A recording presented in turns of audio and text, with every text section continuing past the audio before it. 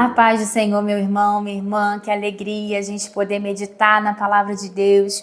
E eu te convido a meditarmos juntos no livro de 1 Reis, capítulo 19, a partir do versículo 4, que diz assim: E ele se foi ao deserto, caminho de um dia, e veio e se assentou debaixo de um zimbro, e pediu em seu ânimo a morte, e disse: Já basta, ó Senhor, toma agora a minha vida, pois não sou melhor do que meus pais. E deitou-se e dormiu debaixo de um zimbro.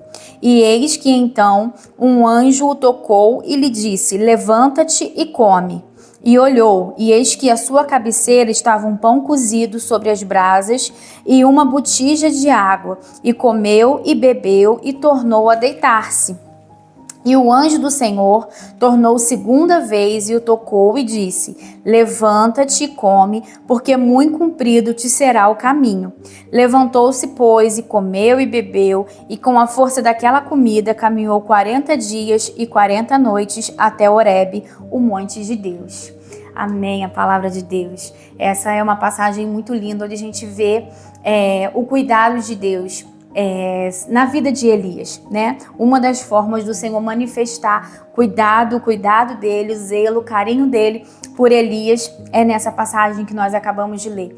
E depois de ter realizado ali um grande feito, né? Um grande avivamento no meio de Israel, quando ele desafia e vence os profetas de Baal e prova que só existe um Deus verdadeiro, que é o Deus de Israel, que é o Senhor Todo-Poderoso, e deixa ali envergonhados os profetas de Baal. E aí ele clama e o Senhor manda chuva, que já havia anos que não chovia na terra. E depois desse grande mover, desse grande avivamento, Jezabel resolve perseguir, né, Elias para matá-lo, e aí ele foge. Né? Ele foge, ele sai e o Senhor o encontra aqui. O Senhor o encontra triste, desanimado, e ele começa a pedir para si a morte, né? E uma tristeza, uma angústia profunda abate, vem sobre Elias. E a forma que o Senhor trata ele que chama a nossa atenção, né? Elias está cansado, Elias está triste, Elias está angustiado, e a Bíblia fala que ele deita e dorme, e o anjo toca e fala: vem, come, bebe. E ele come, bebe e volta a dormir e descansa mais um pouco. E aí mais uma vez o anjo toca, ele acorda ele, oferece a ele mais água, mais comida e fala: ó, come, porque agora você vai caminhar por 40 dias, por 40 noites até Horebe. E assim ele faz. Então, quando o Senhor encontra Elias nessa situação, né, pelo deserto, o Senhor não vem com ele, não vem para ele com um discurso, com um sermão, com uma palavra dura, né? Poxa, Elias, olha o que eu fiz, e agora você está aí triste, agora você está aí prostrado, e agora você está aí pedindo a morte. Não, a primeira coisa que o Senhor faz é suprir a necessidade física dele. O Senhor dá a ele descanso, né? Permite que ele durma, ele come, ele volta a dormir. Então o Senhor dá para ele descanso, o Senhor dá para ele água e comida. O Senhor primeiro cuida do físico dele. O Senhor conhece a nossa estrutura. O Senhor sabe que nós somos pó, né? O Senhor não vem para ele com uma palavra dura, o Senhor não vem para ele com um sermão, com um discurso pronto. Muito pelo contrário, o Senhor cuida das suas necessidades físicas. Então, meus irmãos, o Senhor conhece a nossa necessidade. Ele sabe do que nós somos feitos, do que nós somos formados, né? Ele conhece a nossa estrutura e ele está atento para as nossas necessidades. E muitas vezes a gente se sente cansado, a gente se sente desanimado, a gente se sente esgotado, e isso pode ser até uma necessidade física, por causa das nossas correrias do dia a dia, por causa da nossa rotina muito cansativa. Às vezes a gente sente um cansaço e a gente pensa que aquele abatimento de repente é algo espiritual, é algo sobrenatural, mas às vezes é um cansaço físico. E o Senhor está atento aos nossos cansaços e às nossas necessidades físicas. Ele quer suprir as nossas necessidades físicas também. O Senhor entende que nós somos corpo, alma e espírito. E todo o nosso ser, tudo que diz respeito a nós, o Senhor está atento, o Senhor se preocupa. Então a primeira coisa que o Senhor oferece aqui para Elias é esse descanso físico, né? É esse cuidado no corpo físico dele. E depois o Senhor leva ele até Horebe, até o monte de Deus. E lá o Senhor Senhor fala e o Senhor vai tratando da alma dele, o Senhor vai tratando do espírito dele.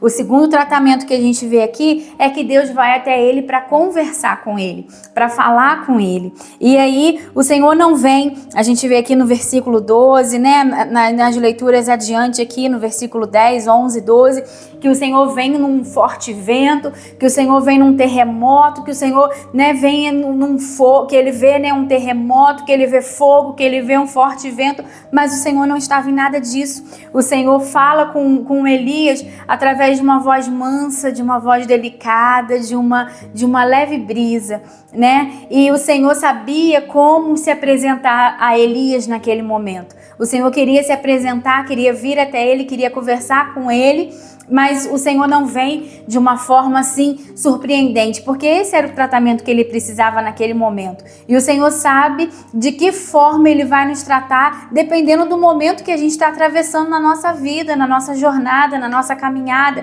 E ele entendia a necessidade emocional de Elias nesse momento, e ele se apresenta de uma forma mansa, de uma forma delicada.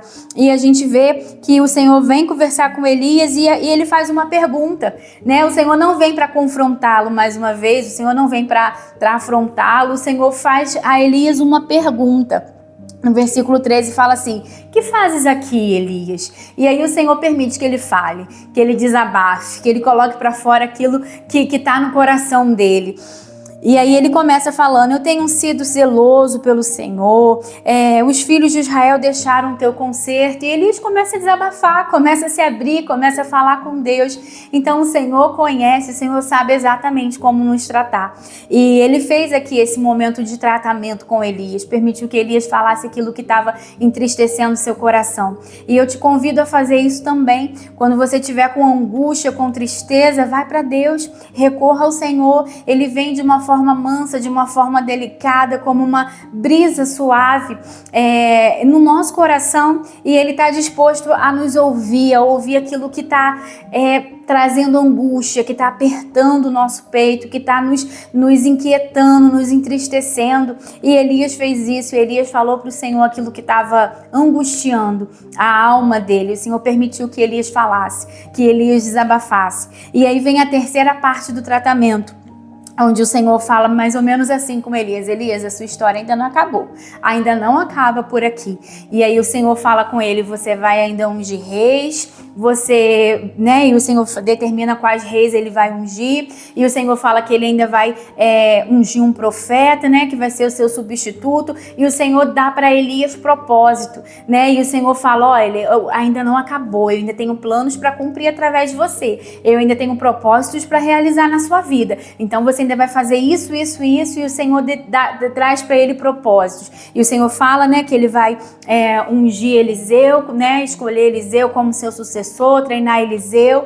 E aí o Senhor fala com ele que ele não está sozinho, que existem 7.000 joelhos que ainda não haviam se dobrado a Baal. E ele estava com esse sentimento, né, de solidão, de desamparo, de tristeza, de angústia. E o Senhor falou: não, você ainda vai ungir reis, você ainda vai ungir o seu sucessor, eu vou levantar Eliseu para caminhar com você. E Eliseu foi um amigo, foi um parceiro, e depois foi o sucessor dele. Então o Senhor preparou, né,